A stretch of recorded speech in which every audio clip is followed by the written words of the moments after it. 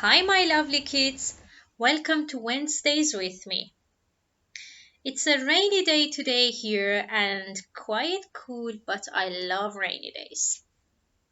How about your holiday? Did you enjoy it? Great. So, now it's time to read a story together.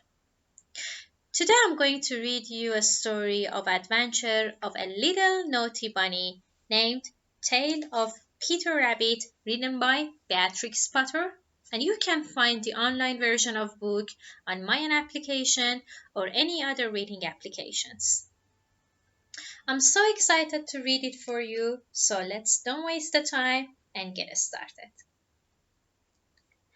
Once upon a time, there were four little rabbits, and their names were Flopsy, Mopsy, Cottontail, and Peter. They lived with their mother in a sandbank underneath the root of a very big fir tree. "Now, my dears," said old Mrs. Rabbit one morning, "you may go into the fields or down the lane, but don't go into Mr. McGregor's garden. Your father had an accident there. He was put in a pie by Mrs. McGregor. Now run along and don't get into mischief. I'm going out." Then old Mrs. Rabbit took a basket and her umbrella and went through the wood to the baker's. She bought a loaf of brown bread and 5 currant buns. Flopsy, Mopsy, and Cottontail, who were good little bunnies, went down the lane to gather blackberries. But Peter, who was very naughty, ran straight away to Mr. McGregor's garden and squeezed under the gate. First he ate some lettuces and some French beans, and then he ate some radishes. And then, feeling rather sick, he went to look for some parsley. But round in the end of the cucumber frame, whom should he meet but Mr. McGregor? Mr. McGregor was on his hands and knees planting out young cabbages, but he jumped up and ran after Peter, waving a rake and calling out, "Stop, thief, stop!" Peter was most dreadfully frightened. He rushed all over the garden, for he had got forgotten the way back to the gate. He lost one of his shoes among the cabbages and the other shoe amongst the potatoes.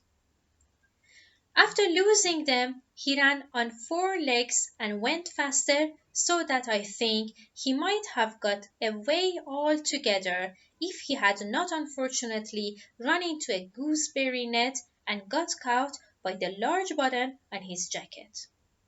It was a blue jacket with brass buttons, quite new. Peter gave himself up for lost, and shed big tears.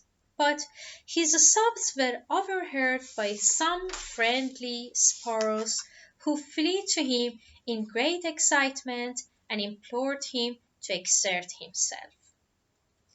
Mr. McGregor came up with a sieve which he intended to pop upon the top of Peter, but Peter wriggled out just in time, leaving his jacket behind him, and rushed into the tool shed and jumped into a can. It would have been a beautiful thing to hide in if it had not had so much water in it. Mr. McGregor was quite sure that Peter was somewhere in a tool shed, perhaps hidden underneath a flower pot. He began to turn them over carefully, looking under each. Presently Peter sneezed. "Achoo!" Mr. McGregor was after him in no time, and tried to put his foot upon Peter, who jumped out of the window, upsetting 3 plants. The window was too small for Mr. McGregor, and he was tired of running after Peter, so he went back to his work. Peter sat down to rest. He was out of breath and trembling with fright, and he had not the least idea which way to go. Also, he was very damp with sitting in a can. After a time he began to wander about, going lippity lippity, not very fast, and looking all around. He found a door in a wall, but it was locked, and there was no room for a fat little rabbit to squeeze underneath. An old mouse was running in and out over the stone doorstep, carrying peas and bees to her family in the wood. Peter asked her the way to the gate, but she had such a large pea in her mouth that she couldn't answer. She only shook her head at him. Peter began to cry. Then he tried to find his way straight across the garden, but he became more and more puzzled. Presently he came to a pond where Mr. McGregor filled his water cans. A white cat was staring at some goldfish. She sat very, very still, but now and then the tip of her tail twitched as if it were alive. Peter thought it best to go away without speaking to her. He has heard about cats from his cousin, little Benjamin Button. He went back toward the tool shed, but suddenly, quite close to him, he heard the noise of a hoe. Screech, scratch, scratch, screech. Peter scuttered underneath the bushes, but presently, as nothing happened, he came out, and climbed upon a wheelbarrow and peeped over. The first thing he saw was Mr. McGregor hoeing onions.